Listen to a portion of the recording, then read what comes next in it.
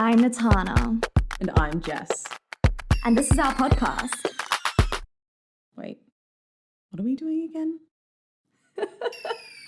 Well, we'll be diving into how the hairiest and most complicated problems in the world can be traced to the most mundane beginnings. To see if maybe we're not so fucked after all, and maybe there's something we can do about it.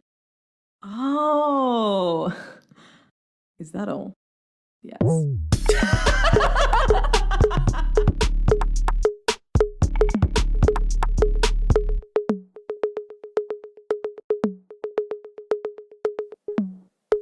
Negotiating your reality. Okay, so you know how right now everyone has an opinion and everyone's talking about how the world is more disjointed than ever. Everyone has a strong opinion. No one's ever going to agree on anything. No one is okay with someone else having a different opinion to them. And everyone's just trying to argue each other into a corner where one person ends up being ultimately right, one person ends up being ultimately wrong, with the whole idea that that's the only way to change power dynamics, where it's like, all right, you gotta prove that they're wrong, you're right, that's why things need to change, and then that's how you're able to actually start negotiating for your needs. A desperate attempt to control. Yeah. That's all I see. Yeah, exactly. And it's like so old paradigm. Now, it's such an old way of going about it, where the only way to win is by conquering. And I feel like we've just gone through that so much. We've seen so many versions of that, so many iterations of that. It's like, okay, we can like 100% establish that that doesn't fucking work. True. So tell me, what's this realization you had on the way over here? Like, that was it, bitch. That was it. So I was thinking about something really interesting that I heard the other day, which is that if humans go extinct. extinct. Oh my god, my words. That's great. So what did she say? Instinct. If humans... Is that like the opposite of extinct? Like what's happening right now where we're overrunning the earth? I don't know, in my head it was more like NSYNC, like a boy band, but for extinction. We'll go with that. But the whole idea that if humans go extinct, the world keeps on operating. If insects go extinct, then that is it. Dunzo. In fact, when you look at Chernobyl, Yeah. Yes. right? You look at Chernobyl right now, where like the one place on Earth that had to be completely evacuated, a city that had to be completely evacuated, is still evacuated, now is overrun by trees and wildlife. It's thriving. Thriving. Now that humans are gone. Exactly. So it's this whole idea that, wow, we're that obsolete, we're that chaotic, where all we're doing is we're using the world's resources, whereas every other aspect of the world is within harmony. They're working within this ecosystem, and we are outside of that ecosystem. In fact, we're destroying that ecosystem. And it made me think of a few things. Okay. It made me realize a few things, because I'm thinking to myself, well, I feel that if you look at it, the way that we see it is that, like, imagine circles within bigger circles, and a bigger circle, and a bigger circle, and a bigger circle. Like you're looking at it bird's eye view. Yeah? Smallest circle in the middle. Then that's like slightly bigger, slightly bigger, slightly bigger. Yeah? The smallest circle could be like cells, fungi, like that kind of thing. Like Okay. I'm talking about microbes. Yeah. Like that or like the whole microbe environment. Okay. Then you look at like insects, animal kingdom, keeps on coming out. Like each circle's bigger and bigger, and the whole idea is that one conquers another. Yeah? What's the biggest circle? Humans. humans are the biggest circle that encompasses everything else. Therefore, we own everything else. Yeah. In our minds, sure. Sure. Yeah, exactly. And what I realized was two things. Firstly, imagine being an insect. You will have no idea that humans have an entire world. It would be unfathomable. You would just know insect within like the insect world and insect awareness. All we care about is how the insects are annoying us and how they should get out of our habitat. Our artificial habitat is not for them. But the whole idea is that within each of these circles, they are all almost in their own self-contained worlds. And us, in this biggest circle looking down, we can see all the other smaller circles and how they work. How do you mean by self-contained? As in, this world that we created, modern day society, that's a human man-made construct. So it's like our own world. Whereas if you look at like the animal kingdom, for example, there's hierarchy there and all that. And that's considered another world with its own set of rules and all that. Sure. But the whole idea is that because we're humans, we're above all that, we conquer all the worlds. Yeah? So all because we can see the other worlds, but the other worlds can't see us. Like a lion will never be able to fathom how human society works, you know? So it got me thinking about what's the level above us? All because we can't see the level above us doesn't mean that there isn't a level above us. So, what is a world which can only exist if humans exist? I thought about it, and I realized what it was. Part of me is like, I'm on the edge of my seat here. do you want to guess? I honestly... What is the world above us? If like we have our man-made world, society, yeah, we have humans. Humans can't exist without insects. Humans can't exist without the environment, the wilderness, yeah? Humans can't exist with biodiversity, blah, blah, blah, yeah? But they can all exist without humans, yeah? What is something, a construct that can't exist without humans? That's ideas. Ideas, concepts, mental models, music, like art, culture, all those kind of things. Those are all ideas. They're different ways that we express and communicate. So it's the world of ideation can't exist without humans. We wouldn't have the knowledge of math without humans. Math would stop existing. You would see evidence of it in the world. You'd see like the golden ratio, stuff like that. Well, no one would see it. It's No like one- that whole thing. yeah. It's like, does a tree fall and make a noise if no one's there to hear it? Yeah, exactly. So it starts this whole thing being like, all right, well, that is the world that only exists if humans are around. The world of the mind, the world of wisdom, knowledge, all that kind of stuff, like that whole realm. And it made me also realize that the way that we're looking at, like going back to this circle as the biggest circle that dominates all the other circles because it's within it, yeah?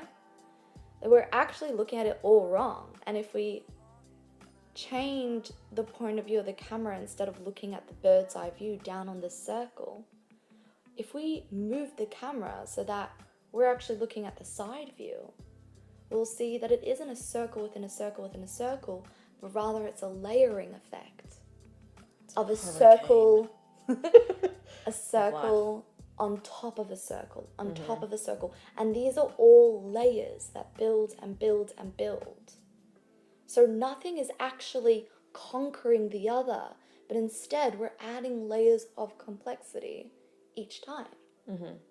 And when you start looking at it that way, there's no domination that's needed, because it's very clear to us that all because our world is more complex than the microbe world doesn't mean that we can control it, we have power over it or anything like that. Yeah, we can manipulate it, we can like make cool things, you know?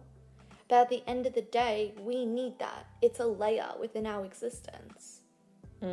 Yeah? So if we play it like a zero-sum game, like there's a win-lose, that means It's never going to we work. all lose. Exactly. The world is actually built on layers. It isn't built on conquering. It's built on layers. The reason why all the layers below us can work well without us is because they are all part of this larger order. You know, this natural intelligence. That's what an ecosystem is.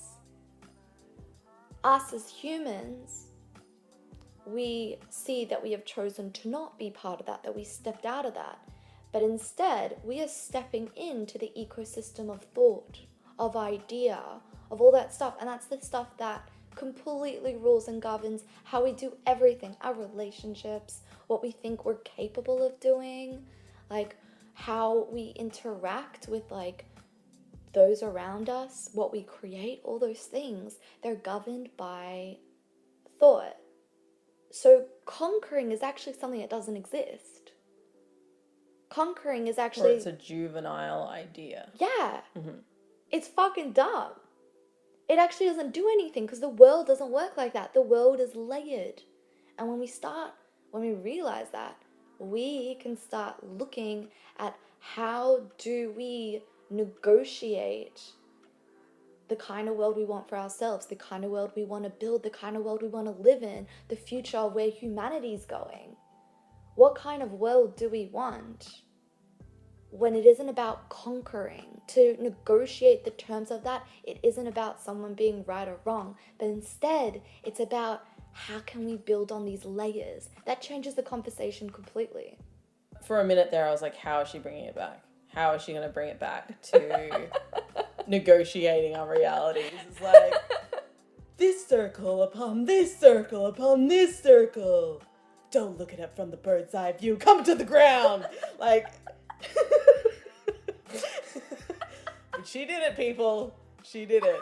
I was trying really hard to remember to come full circle because I'm like, damn, I could get lost in it because there are diagrams going on in my head as well. And I'm like, okay, Natana, tie it together. I'm glad we got that. Yes, absolutely. But how fucked is it? My mind is being blown on my way to yours. Because of that realization. She just thinks these things up when she's driving. Yeah. Listening to good music too. Maybe I should include the playlist. Yeah, definitely. Yes. Everyone will become geniuses. That's how it on works. their way to work. So bringing that back, I think maybe to the individual level of negotiating your reality and how that might look. Okay, so the reason why it ties in so beautifully is because you know the book that we're reading, Ask for More? Who's it by? It's Alexandra Carter. Yes, okay. So I don't know how deep into it you got. I'm deep enough to know. Oh, deep enough. I'm deep. Oh. I've gone deep. I like the dip. So I'm definitely deep enough into it that, you know, she speaks about negotiation, and I'm deep enough that she has said that negotiation is not about a win-lose situation, which I can relate to the higher level concept that you've just described. Yes. So yeah, I've read into it. So from the beginning towards the end. Okay. So you know how like a regular book reader. Are you dissing me because No, I'm really not. I'm actually dissing me. I'm like, I'm really boring. I just like to go from that. Actually, I normally didn't do that, but now I'm doing it because I'm giving myself a full perspective rather than just picking and choosing. You're a great reader. You're a fantastic reader. Oh, she does so well. I only did this so that I could get a really good sense of it. Mm-hmm. But... Well, you go first. Give us the overarching. Well, I mean, if you're at the beginning, you could explain the concept. Yeah, so she's a lawyer and negotiator. And she talks about how mediation is really different from any other type of negotiation in law, which is really interesting, and that's why she's gotten this different perspective. The perspective that negotiation isn't a win-lose zero-sum game, but negotiation is more about steering the ship, steering relationships, steering your life. Yeah, because she uses that kayak kind of analogy. Yeah. Mm-hmm. It's like when you're steering the kayak, when you're paddling, you're not just paddling into the water, but you're looking at the current, you're looking at the wind, you're taking all these things into account. Where are the ends of the riverbank? Like, you don't want to hit anything. Are there any rocks in the water? Like, you're doing this whole 360 analysis of it. And I really like how she uses that to describe negotiation, and saying that you gotta see the whole picture in order to know where to steer. But also how she was saying that negotiation doesn't start from when you have something that you want. So it's not when you're finally ready to get a certain outcome you want, or it's time to assert yourself or stand up for what you want, No. She talks about how negotiation is basically how you're telling someone to treat you every day. Negotiation is with every single interaction. And negotiation is about understanding not only what you want, what's in your way, how you want to get there, but also fundamentally understanding other person's point of view just as deeply, and then finding the crossover, or finding ways that you could both meet each other's needs. And her book is a whole framework for that, basically. But that's the whole thing of being able to see the commonalities and what we can do together, and also how to assert boundaries of this is what I want, even if you don't value that thing. Mm-hmm. And you don't care for it, so you don't understand why I want that. Totally. And I really like it because it brings the power back to you, to navigate your life in the way that you want without having to shove anyone else out of the way. Because it comes back to the zero-sum game, to the conquering. If you want something, that means you have to push something else down to get what you want. Mm-hmm. And it's very smart from a psychological point of view, because it's literally all about asking questions, but not just asking questions, asking the right questions at the right time. When you ask questions, you are leading the conversation, as much as it often feels like you're giving your power away because you're asking the questions. But whether you're asking the questions to yourself or asking the question to somebody else, that is really where the power of negotiation comes in. It's not just planning your argument and then waiting for the rebuttal. Yeah, exactly. I found it really interesting because I'm at the part where she's talking about defining your problem. It's just a really cool example of where to start. Defining your problem, and how naturally when we think about a problem, we think about it from a very basic angle. How do you usually go about navigating things? Let's say, okay, if I use my job as an example. Yeah, because you fucking hate it right now. I hate it. You are so not valued. So I feel really confused, and I feel really conflicted, and I immediately just want someone to come along and save me. I'm not gonna lie. I just want someone to come up with a solution that's really easy and that works. And I've been looking at it from the perspective that the job's the problem. It is merely the problem. My dissatisfaction with that job is the problem. But by going through the questions of trying to define the problem, to understand all the aspects of the problem. So what are the ripple effects of me being dissatisfied with my work? What are all the other things that get affected by that? Why do I hate it so much? What's the problem? So I start, looking at all the areas that it's affecting, and then, you go to summarize that problem. So you shorten it and you go, okay, well, what does that depict then? If it's hitting all these areas, what is this problem really? And then how can I turn that around into what I want versus what I don't want? Yeah. So you turn it into a positive. What's the difference between that and then like just throwing the whole positive psychology thing on something and being like, done, fixed, like, don't look at the problems, look at the solutions? Like, I just feel, I think what you're saying is different from that.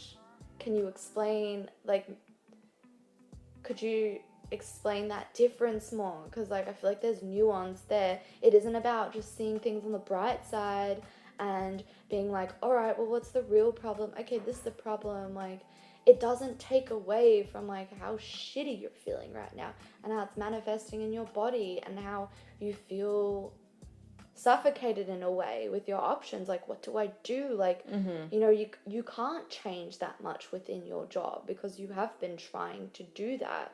So it's like there's like another element there that you're doing. What is it?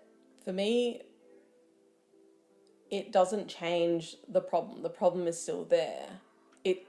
By defining the problem more clearly and the extent of the problem, not just saying it's merely, oh, I'm just dissatisfied, it's just annoying, I just don't like this, that, and the other, and experiencing all the ripple effects of that, but consciously I'm reducing it. I'm actually reducing the problem. So I'm not fully seeing it. So by expanding on the problem, I'm actually acknowledging the shit. I'm acknowledging the shit more than just I would be before, stuck in the surface level problem, right?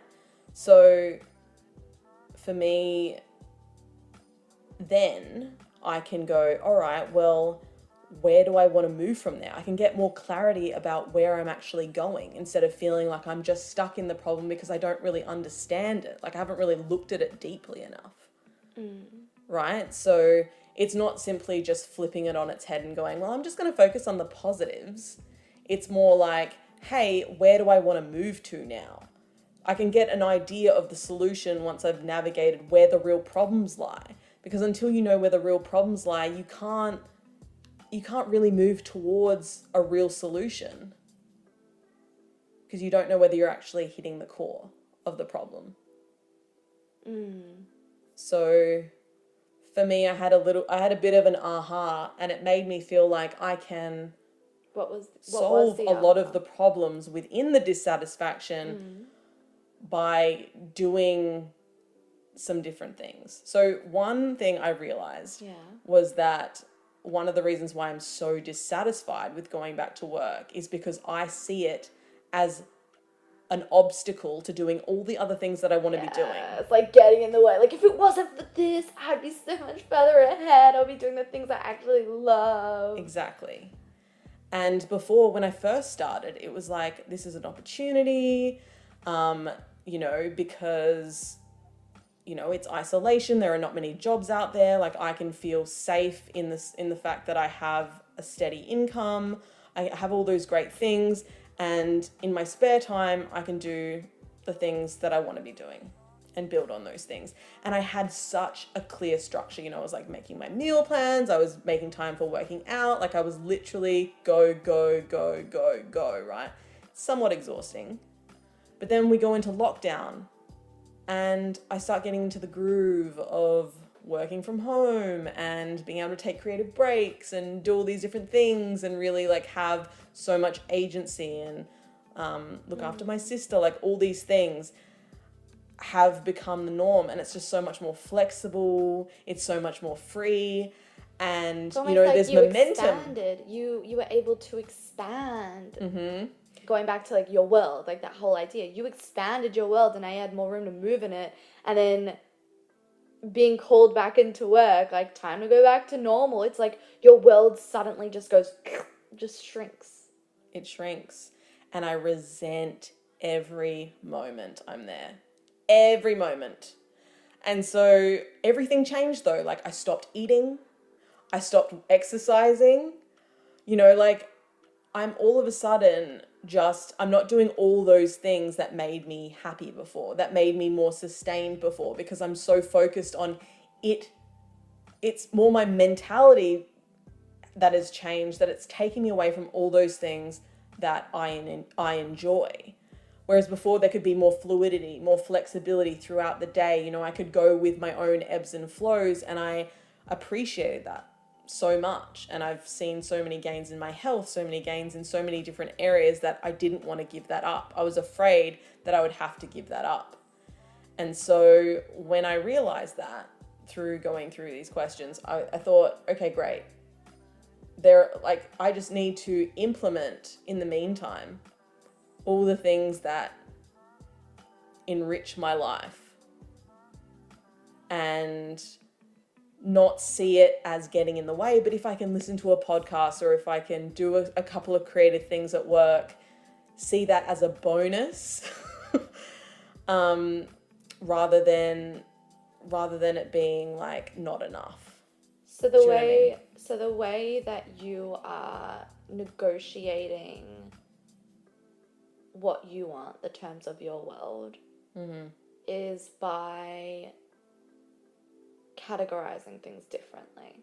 Yes. And how I did that was because part of this process is to turn it from the problem into what you want. So you understand all the different aspects of the problem. Yeah. The overarching problem. Then you go, what's, I guess, the opposite of that, or what is it I'm actually working towards? Do you want to give tangible examples as you're walking through that? Because I just feel like it's so, like we already have this example and it's just so much easier. Yeah. So, I wish I had my book, but basically the question I could ask myself is, because of all the aspects that it actually destroys, like I don't feel like my relationships are as rich because I feel so out of body, so tired, like I can't formulate ideas and all this because I'm so exhausted from work, right? I'm time poor. I can't, create as much. I'm not exercising as much. I feel so drained. And another thing is, like, I love researching, and I just don't have the time to both do creative stuff and also learn at the same time. So I want more time for that. I want more flexibility for that. So I started thinking, okay, well, how can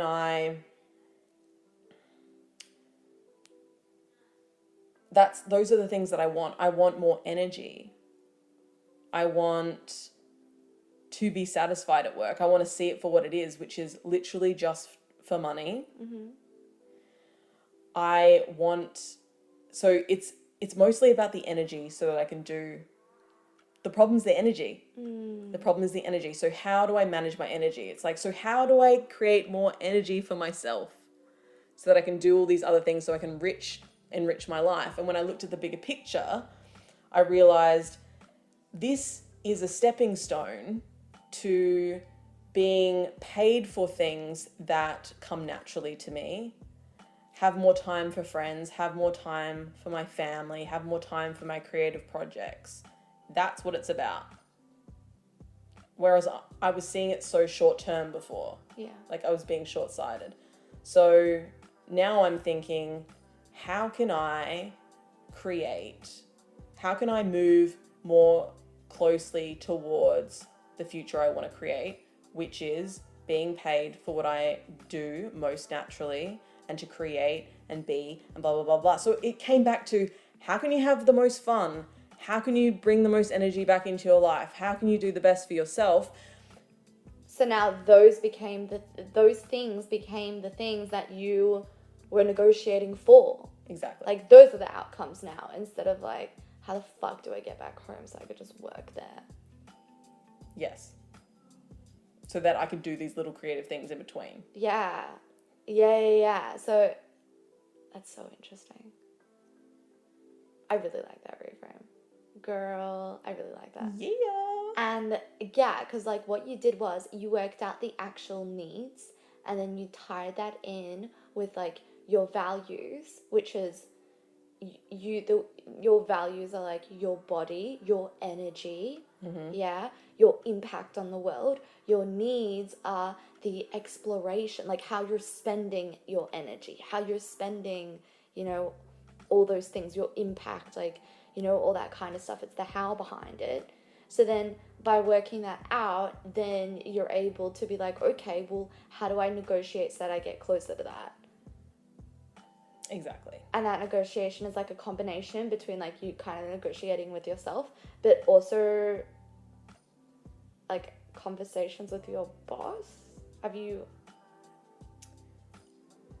Well, I mean, one can expand on that further, but first, Okay, I you're feel just like doing yourself. first I do me. Yeah. So I can change, I can make more time for exercise in the morning, which is the most important thing because it gives me more energy throughout the day. Hydrating properly.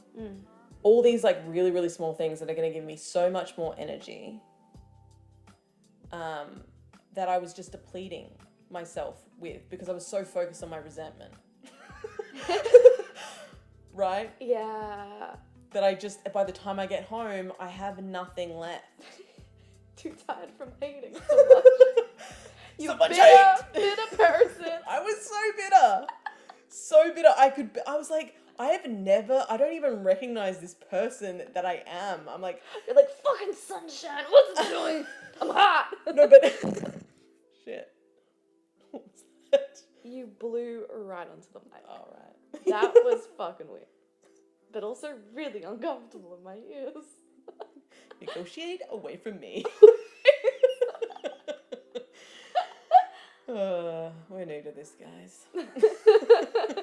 Okay, so it's so interesting because like the way that I go about it, because like for me, I'm super visual, if my circles didn't give it away, but I'm mega visual, and the way that I relate to the world is kind of spatially. I see ideas as actual objects, and then I see like, why does this feel this way, or why is that happening?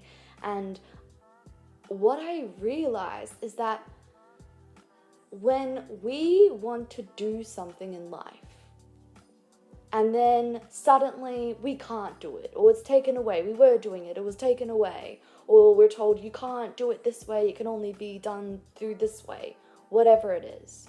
The reason why we get that resentment is because this is a movement problem. Anger, the feeling of anger is there in your body to push you in a direction.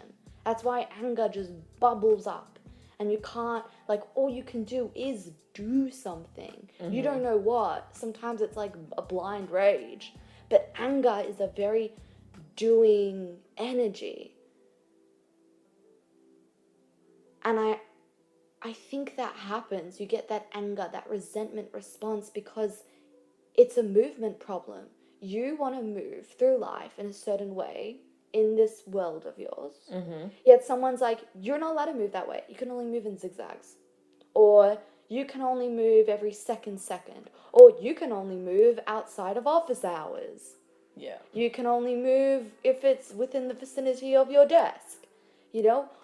People are like literally trying to tell you how to physically move your body, but also how to move your energy throughout the day, your attention, your time, all that kind of stuff. And for me, what I've found is that when that happens to me, when suddenly I can't move in the way I wanted to move, I can't meet my needs the way I wanted to meet them, and I was meeting them so well, like there was no reason why it should be changed, like everything was so good, I I get so mad that a part of me, my gut instinct, just wants to rebel and do it anyway. But even if I did the thing anyway, the thing that I originally wanted to do, I moved in the same way that I originally intended to move, it wouldn't be the same. Because as soon as that happens, as soon as your movement is changed, your needs change. And when your needs change, the movement that you need to fulfill those needs also change. So going back to the original thing you wanted is actually a moot point now. It's not actually going to satisfy you, and it doesn't feel satisfying. Yeah. You know? Because the point, I lost the point. Yeah. I lost the point of why I was doing it in the first place. Yeah. Because I got a taste of kind of melding the two worlds, and I didn't want to have to go back to like this definitive black and white kind of situation. Yeah. At the end of the day, like, I want to do what I want to do what I want to do full time. Yeah. And I want a job on the side that means nothing to me. Nothing. And then I get upset because I don't have enough meaning in my day-to-day. Because you're in your job. Because I'm in my job. And I'm not used to the job. So, it's tough for me, guys. But that's what I wanted. I got exactly what I wanted. So now I'm like, oh, now I need to look for something that I'm more suited to, like more fulfilling and blah, blah, blah. No, because I'm going to put my whole self into that. And then I'm going to have nothing left over. Yeah. Once again. Because your part of you is yearning to go back to that original movement. Mm-hmm. Moving through your day-to-day in the same way. Yeah. And now it's like, it's like an all or nothing thing. Yeah. In other words, instead of trying to battle it out, dominate one over the other, you see it in layers. Mm-hmm. And you work out what's the ecosystem. You see it in layers and you harmonize. Because maybe coexisting in harmony has different benefits and opportunities that you wouldn't have had if you were only walking through life alone and you never had to navigate your reality because it was all about you. Everything was centered around you. It's so interesting because, like, you're bringing up a point which fascinated me. How do we see harmony? We see harmony as totality. Like, the reason why people think harmony in the world. You think, like, peace. Like harmony, harmony as in, like, a state of agreement, of unity, of like, oneness. Just being docile. But that's what people think. That's why people think it's so unattainable. And that's the whole argument for, like, it's a dog-eat-dog world. You got to conquer. Because otherwise, harmony doesn't exist. Because there's no way that we'll ever be able to be in that unity. It's true. It's true. There is no way that we will all agree on a mutual reality that we're all happy with. It doesn't work that way. But the answer isn't then, like, taking over. Oh my god, that gave me such a fright. Your cat was right by the window, but, like, it looked like a person, like a man, because it's dark outside. And I was like, oh my god, do you have someone peering in? It would not surprise me. I actually had a conversation with a friend who was here just earlier today, and she's like, oh, it sucks that you can't, like, open up your blinds, and I've opened them up, and I'm like, yeah, because creeper peepers. Anyway, that really it's just my cat. Just the kitty cat. But yeah, we see harmony as a noun, when really the answer is in harmonizing, like the verb, the doing. And I feel like that's where people trip up. It's that, like, how do we harmonize, And when you look at harmony as a verb, if we look at that, harmonizing, we see that in music, yeah? Where in a song there's a harmony, yeah? Mm-hmm. And what's a harmony? A harmony is a melody that is sung at the same time as the lead line that enhances it in some way, yeah? A harmony doesn't fight the lead line. A harmony complements. And you could have multiple harmonies. You could have positive harmonies, negative harmonies. You have harmonies in any direction. You could add as many harmonies as you want. It will all complement each other. Yeah. And that's only possible when you go back to seeing things like layers, which is kind of like music, like a composition. You see it all in layers, like the different melodies, you know, the different, like the backing track, you know, this, that, like all these things, they're all layers and they all complement each other. And the cool thing about harmony in music, like when you put two notes together, you end up with this really cool thing where you create this third note that was never there to begin with. You create this third sound that wasn't there, which ties right back to what you were saying, which was really, really cool. So I thought that was really awesome. It's all about taking the approach where it's like, how can I add dimension and nuance? How can I add this richness to it?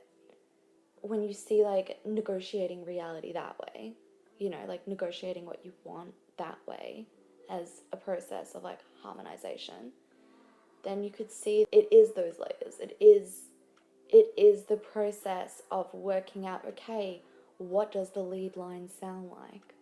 How does it move? How does it work? You know, how can we enhance it? How can we make it sound different by adding this thing, by adding, you know, that thing there? And then within harmonizing, like you have so many different techniques that you can use to create such interesting sounds and interesting movement within the piece.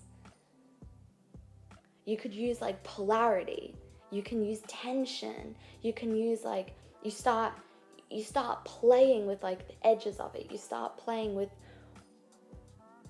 how you can move things around. How can you play with like something that's called harmonic freedom? And it's just the parallels between that and how we can go about creating a world where nuance is celebrated, where we can have all these different views and different ways of doing Symphony of things. ideas all at once. Oh my god, that is accurate but also so cheesy. It plays to your analogy. Thank you very much. It goes with it. Thank you. But like writing music, a lot of musicians know standard harmonic progressions that they know sound good. So it's safe to just put in music, and music ends up, like you end up developing the sound that you know is good, but it sounds the same. And the only way out of it is when you start putting things, interesting things together, and you start really just experimenting and trying to see what happens when you remove boundaries, when you change, when you blend things, when you change things around, when you don't try and add new notes, but instead you restructure what you already have, you know? And so tying it back, like coming full circle, when you're put in a position that you don't want to be in, you playing that familiar harmony that you know sounds good is the equivalent of you doing what you know you're supposed to do in this new position. Mm-hmm. The process of harmonizing, of adding and subtracting layers and playing with what could work and what can sound different, that is negotiation. That's being like, all right, what if we add this? What if we change this? Like, that is you trying to construct a reality that sounds different. You're creating a track that actually sounds completely different, and it has a completely different feel to it as well. There's a lot of power in layers. You can change so much in layers. Depending on where you place the harmonies in a song, you can make a song sound melancholic. You can make it sound exciting. You can manipulate it in so many ways. And I think that when you look at things in a way where it's like, all right, gotta conquer, like I'm after that lead line, I gotta change the lead line, otherwise the rest of the composition is gonna have to be that way. That's just using that same thinking of like, these are the only harmonies that are allowed to be sung along that lead, instead of seeing it as, okay, let's see how we can add flavor and richness and depth to it. Because at the end of the day, you're always going to have people with conflicting realities. You're going to have people whose integrity doesn't match up with your integrity. We're never going to get to that oneness kind of harmony. It's never going to be a thing. So instead, like, what if we approach the world in a way where we want these layers? Where we're actively creating a harmony rather than taking a position of passive peacemaking, right? It's completely different. And that's, yeah, because that passive peacemaking it adds to the resentment. Also, on top of that, it's a short-term solution because resentment can only build for so long or it eats you up on the inside. And thirdly, it's also disingenuous. Like, if you're faking being polite, no one's really expressing themselves. Like, no one's really being... Well, everyone loses. So it doesn't help anyone to hold on to that and build that resentment on either end, right? No one wins. Yeah. Asking the right questions, coming from a place of curiosity to be like, hey, what do you want in this situation? This is what I want in this situation. Are we getting those things? Let's navigate, negotiate. Yeah, what's the melody you want to play? Yeah. Let's work out where should we put you within the song. Do you come before or after? Like, do we play at the same time? Yeah. It's like now you could start playing around with positioning. Mm-hmm. When everyone like properly articulates the melody they really want to play, now we have something to work with. We can move things around. Everyone gets to move in the way they want to move.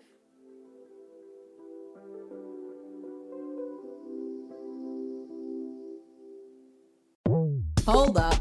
Don't go anywhere, because we want to hear from you. Have you had a new thought, realization, or perspective shift during this episode? Tell us about it. Wherever you're listening from, this conversation is just getting started. Head to the comments section of this episode, the link is in the description, or if you're listening on YouTube, just scroll down and share your insights with us. Be sure to include the timestamps so we know the part that spoke to you. This podcast is here to spark broader conversation, and the fun part for us is exploring it with you. Because when we pull our minds together, we're not so fucked after all.